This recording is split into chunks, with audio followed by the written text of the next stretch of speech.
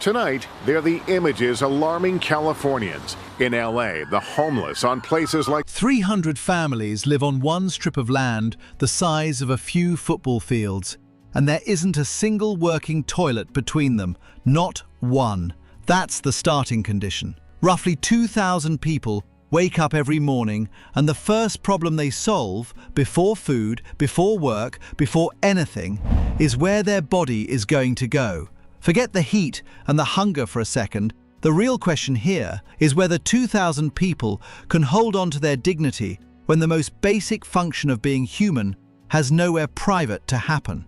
You'd think water would be the hardest part. It isn't. Water at least shows up. Always feel good after a nice shower. So this project is sponsored by Clark County. The mobile clinic goes around to different places in need. A tanker rolls in some mornings, or a shared tap runs for an hour before it's shut off again. And people know the schedule the way office workers know a meeting time. What doesn't show up, ever, is space. A family of 6 might live inside a room the size of a parking spot, tin roof, tarp walls, and at night the whole strip breathes as one organism because there's nowhere for a single body to be alone. Sleep here is more negotiation than rest. Someone's knees are in someone's back. A baby cries and 40 people hear it because 40 people are close enough to. So imagine you're the mother in that room and it's 5 in the morning and you have to go before the sun comes up because the sun is the enemy of privacy. You grab a small tin can of water, you step over 3 sleeping bodies, and you walk to a strip of open ground behind the settlement that everyone quietly agreed years ago would be the place. There's no wall, there's no door. There's a group of women already there, spaced a few feet apart, facing away from each other, out of something between courtesy and survival. This is called open defecation, and in a slum this size, it becomes a public health event that repeats every single day. Here's what that actually costs. When human waste has nowhere contained to go, it works its way into the same ground people are cooking on and the same runoff people are washing in. Diarrheal disease becomes the background noise of childhood here, not a rare emergency, but a monthly visitor. Health researchers who study settlements like this one have tracked child mortality tied directly to sanitation gaps, and the pattern holds everywhere it's been studied. No toilets, sick kids, over and over. That's the part no one puts in the thumbnail. The tin roofs and the crowding look like poverty. The waste problem is what actually kills people. But somehow, life keeps a rhythm. By 6 in the morning, the strip is already working. Women are boiling rice over small kerosene stoves wedged between beds. Men are walking out toward day labor, construction sites, garbage sorting, whatever pays that day, because there's rarely a job that pays every day. Kids who are old enough are already at the tap with a line of plastic containers, because water only runs for a window, and if you miss it, you're carrying yours from somewhere further away. And further away, in a slum like this, can mean an hour round trip on foot. Food is where you start to see how far people have learned to stretch almost nothing. A family here might spend the equivalent of $1 or $2 a day feeding 6 mouths, and that dollar has to cover rice, maybe a few vegetables, maybe nothing else. Meat shows up on a good week, not a normal one. Leftover rice from the night before gets soaked in water overnight and eaten cold in the morning. A practice that isn't a tradition so much as a survival math problem solved a generation ago and passed down since. It fills the stomach, it costs almost nothing. It's also, nutritionists will tell you, missing most of what a growing body needs, which is why malnutrition in settlements like this one takes the quiet form. Kids who are just a little smaller than they should be, a little slower to catch up for their whole lives. Cooking itself is a small daily miracle of improvisation. A kerosene stove or a few bricks arranged around a wood fire sits just outside a tarp wall, close enough to smoke out the family sleeping a few feet away. And every meal is timed around whatever fuel someone managed to buy that week. Run out of kerosene on a Tuesday, and dinner becomes whatever can be eaten without cooking it at all. Spices get bought a pinch at a time from a stall that sells them wrapped in torn newspaper, because buying a whole packet means money that isn't there yet. You learn to smell a neighbor's dinner and know exactly what they could afford that day. Then there's the tap itself, which for many residents is the single most contested resource on the entire strip. It might run for 40 minutes at 6 in the morning and not again until the next day. And when it opens, the line forms instantly. Plastic containers stacked 3 deep, elbows out, kids sent ahead because kids can slip through a crowd faster than an adult can.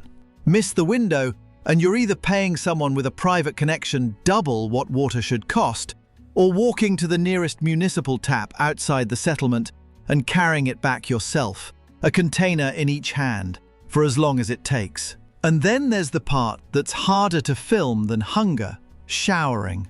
In a place with no running water inside a single home, getting clean is its own daily operation.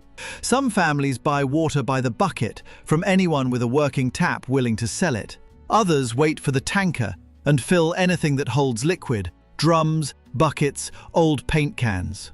Bathing happens behind a sheet strung between 2 poles, if you're lucky enough to have the sheet, or it happens the way the bathroom happens, in the open, timed for the hour before the settlement fully wakes up. Soap is a purchase, not a given.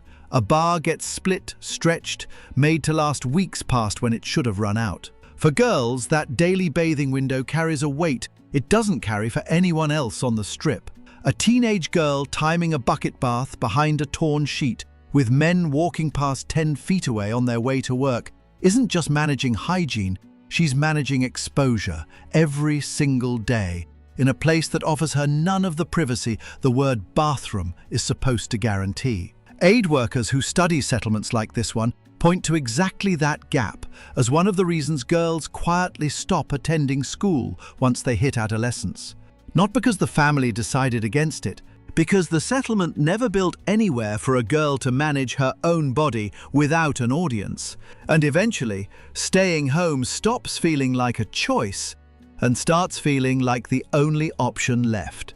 School itself survives the same way everything else here does, by improvisation.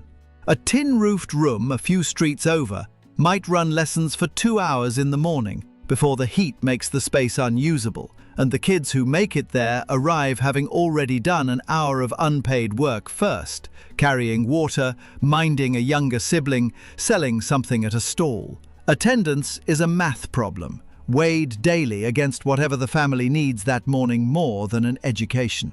Here's the part that actually breaks the stereotype people carry into a video like this. You'd assume a place with this little infrastructure has no order to it at all. It's the opposite. Slums this size run on an economy that's more organized than almost anyone assumes. Tea stalls, tiny repair shops, women who wash clothes for other families for a few coins, kids who run errands for a cut of whatever they're carrying. There's a hierarchy of who controls the water tap and who negotiates with the tanker driver, and that person, informally, holds real power on the strip. None of this is written down anywhere. All of it is understood by everyone who lives there. Money itself moves in ways a bank would never recognize. Families keep informal savings circles, a rotating pool where 10 or 20 households each put in a small amount every week, and one household takes the whole pot on their turn. Enough to cover a wedding, a hospital bill, a roof that finally needs replacing. There's no paperwork, no interest, no institution backing any of it, just trust, repeated weekly for years. Because a formal bank account requires an address most residents don't officially have. It's a financial system built entirely out of people knowing they'll need each other again next month. The nights are where the ladder climbs highest. Heat traps under a tin roof all day and doesn't leave until well after dark. So families sleep outside their own shelters half the year, laid out on the ground between tents, packed close enough that a stranger walking through would step on someone by accident. Mosquitoes are constant. Standing water from the runoff nobody can properly drain breeds them by the thousand. And disease that starts as one person's fever spreads through a strip this dense, the way it would through nowhere else in a city. Doctors who visit settlements like this one, when they visit at all, describe the same short list on repeat: diarrhea, skin infections from standing in dirty water, respiratory problems from smoke that never fully clears a tarp room, typhoid during the wet months, when the runoff has nowhere to go and it mixes with whatever water people are still drinking because there's no alternative. None of it is exotic. All of it is preventable, which is the detail that should sting more than it usually does. A working sewage line and a handful of proper toilets would erase most of that list within a year, and the settlements that have gotten them prove it every time. And underneath all of it sits the thing residents talk about far more than the smell or the heat when you actually ask them. It's the waiting. Waiting for the tanker, waiting for the toilet line to move, waiting for a job that pays. A life built almost entirely out of queues, where time works as the real currency, and everyone here is spending far more of it than anyone should have to, just to stay clean, fed, and alive. What actually keeps 2,000 people functioning through all of that isn't grit in the movie sense. It's structure they built themselves, out of nothing, because no one built it for them. And that structure is the one true reveal worth sitting with here. Some settlements like this one eventually get a set of community toilets installed by an aid group or a local government, shared blocks that serve dozens of families at once. And residents will tell you the day those doors went up changed more than almost anything else that's happened here. Because for the first time, going to the bathroom stopped being a public event. Where that hasn't happened yet, informal systems fill the gap instead. Older women watch the open ground at dawn so younger girls aren't out there alone. Neighbors trade water when someone's tap runs dry a day early. None of it is enough. All of it is the only reason this works at all. That's the actual answer to the question this video opened with. It was never really about heat or hunger. It was about whether people can hold on to being human when the one thing every human needs, a private, safe place to exist, simply isn't there. And the honest answer is that they do. Not because the conditions got easier, but because the people inside them built a version of dignity out of routine, out of watching out for each other, out of a rhythm that repeats every single day, whether anyone outside the strip is paying attention or not. So here's the question worth sitting with after this ends. If 2,000 people can build that much order and that much care out of a strip of land with no toilets and no guarantee of water, what does that say about how little it would actually take from the outside to change everything?